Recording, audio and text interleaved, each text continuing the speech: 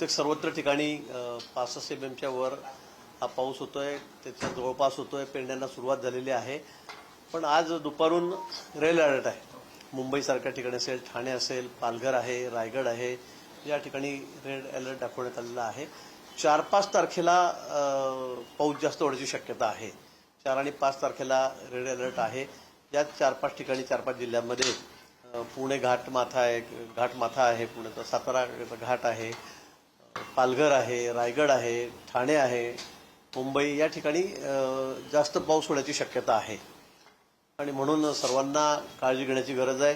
अनावश्यक कुठेही बाहेर जाऊ नका. बाहेर म्हणजे विशेष करून कुठेतरी आपण आता धबधब्यांना पाणी आहे, वॉटरफॉल भरून वाहत आहेत, पावसाची मजा घ्यायला मी चाललेलो आहोत. पर्यटन आपण टाळावं, कारण आपल्याला माहिती आहे सगळ्यात जास्त दुर्घटना ज्या आहेत, कॅज्युअलिटी त्या पर्यटनामुळे होत आहेत.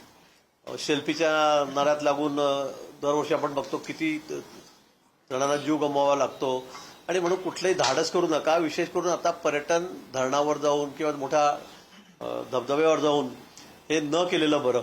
आवश्यक असेल तर घराच्या बाहेर पडा.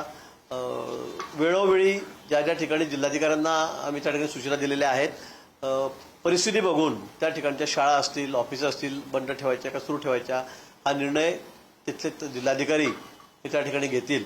मुंबईमध्ये सुद्धा पाईपलाईन आहे, त्याच्यावर मॅनहोल आहेत, तिथे सगळे महापालिकेचे कर्मचारी त्या ठिकाणी उभेच आहेत पूर्ण वेळ.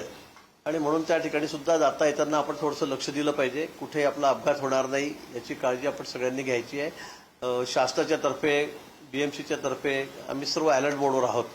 NDRFच्या जवळपास 16 टीम आमच्याकडे या ठिकाणी आहेत. SDRFच्या 6 टीम या तयार आहेत. ज्या ज्या ठिकाणी रेड अलर्ट आहेत त्या त्या ठिकाणी मी सगळ्या टीम पाठवलेल्या आहेत. सगळी काळजी शासन या ठिकाणी घेते, पण आपली काळजी आपणही घेतली पाहिजे. उगाच धाडस करू नका, पाण्यामध्ये वाहनं टाकू नका, पुलावरून पाणी असताना मुद्दामून वाहनं टाकू नका.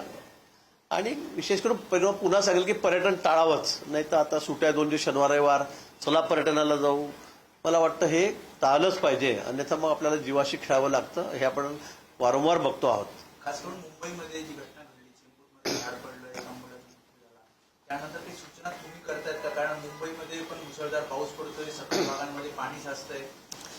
सकाळी काही भागामध्ये पाणी साचलेलं होतं, पण ते लगेच काढण्यात आलेलं आहे. आता त्या ठिकाणची वाहतूक वगैरे आपण आताच बघितलं असेल. कॅमेरे सगळे आपले 24 तास आम्ही अलर्ट मोडवर आहोत. आमचे कर्मचारी सुद्धा 24 तास लक्ष ठेवून आहेत. काही झालं तरी आम्हाला सूचना येत आहेत. त्यामुळे आता कुठेही मुंबईमध्ये पाणी तुंबलेलं नाहीये. आता तरी ती परिस्थिती नाही. परवा जी दुर्घटना घडली ती अतिशय दुर्दैवी होती. ते झाड त्या ठिकाणी गाडीवर पडलं.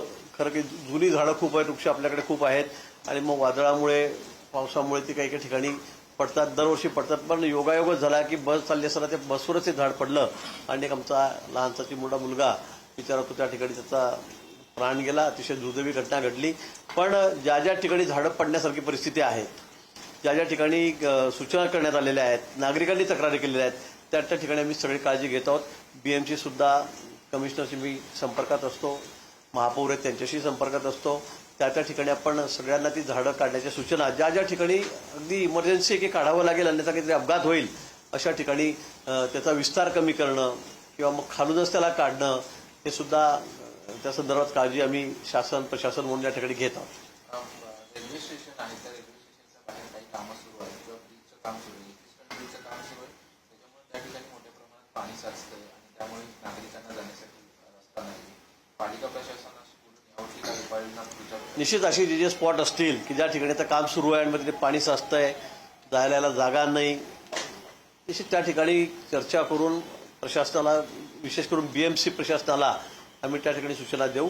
पण त्या ठिकाणी सुद्धा वाहतूक सुरळीत कशी होईल या बाबतीमध्ये सगळी काळजी आम्ही त्या ठिकाणी घेऊ. ठीक आहे, चलो 1 वाजता कॅबिनेट. Thank you sir. तर 2 दिवसांपासून राज्यात मुसळधार पाऊस सुरू आहे. 4 आणि 5 तारखेला मुसळधार पावसाची शक्यता असल्याचं मंत्री गिरीश महाजन यांनी सांगितलंय. मंत्रालयातला आपत्ती व्यवस्थापन विभागातून त्यांनी आढावा घेतला आणि मुंबई, ठाणे, रायगडला रेड अलर्ट असल्याचंही महाजनांनी सांगितलंय.